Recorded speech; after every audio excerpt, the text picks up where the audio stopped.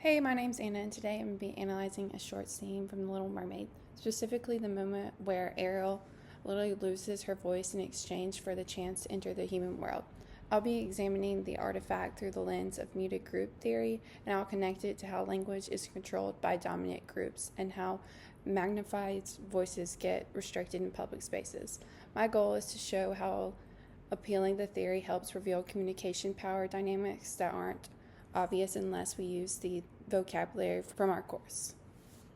Overall, muted group theory argues that women and members of other superlative groups are not as free or as able as men or to say what they are to wish, because the words and the norms they're used to have been formulated by the dominant group men.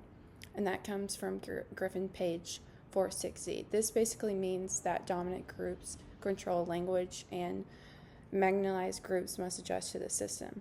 To ground this even deeper, Griffin quotes Mary's claims that muted groups often cannot say what they want to say when and where they say it. And that comes from page 461.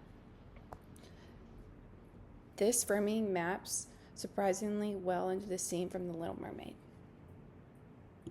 in which I talked about in the introduction.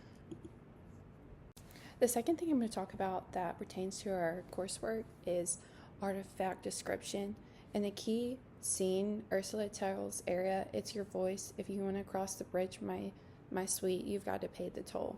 Immediately after Ariel signs her name and her voice is physically removed from her body, Ursula is swirling her shell necklace, and the film dramatizes a symbolic version of losing one's communications power.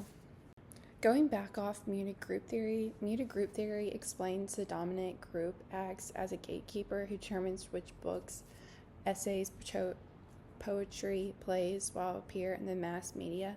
That comes from Griffin page 463. Gatekeepers decide whose voices get amplified. In this artifact, Ursula literally functions as a gatekeeper, deciding whether Ariel is allowed to access the human world. Ariel can only enter the public sphere if she sacrifices her voice, her primary means of communication. Ursula says, "You'll have your looks, your pretty face, and don't underestimate the importance of body language."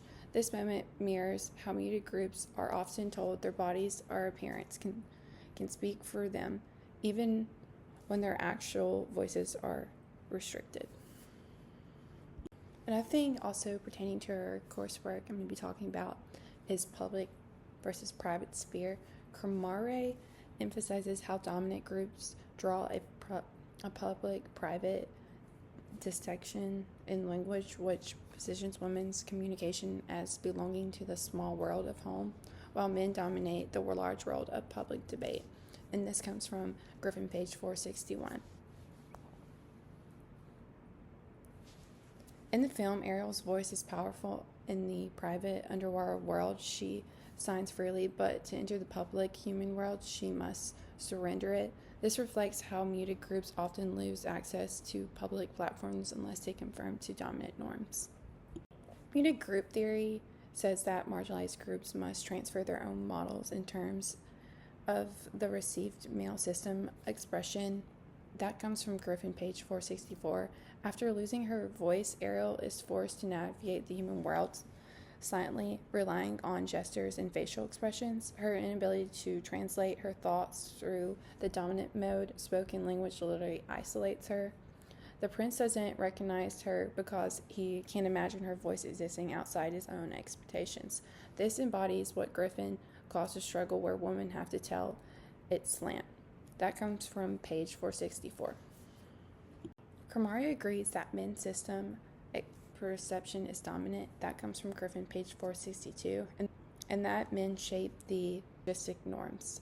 In the film, Prince Eric is searching for a woman based socially on the sound of her voice. His expectations frame that counts as legitimate communication. Ariel's internal thoughts don't matter. What matters is whether she fits the dominant narrative he already has in his mind. When she can't speak, the other characters speak about her, but not with her. This is exactly what Cromare describes. What she says: muted groups become black holes in someone else's universe. And this comes from page 461. Ariel becomes visible, but in her opinion, she's just completely erased.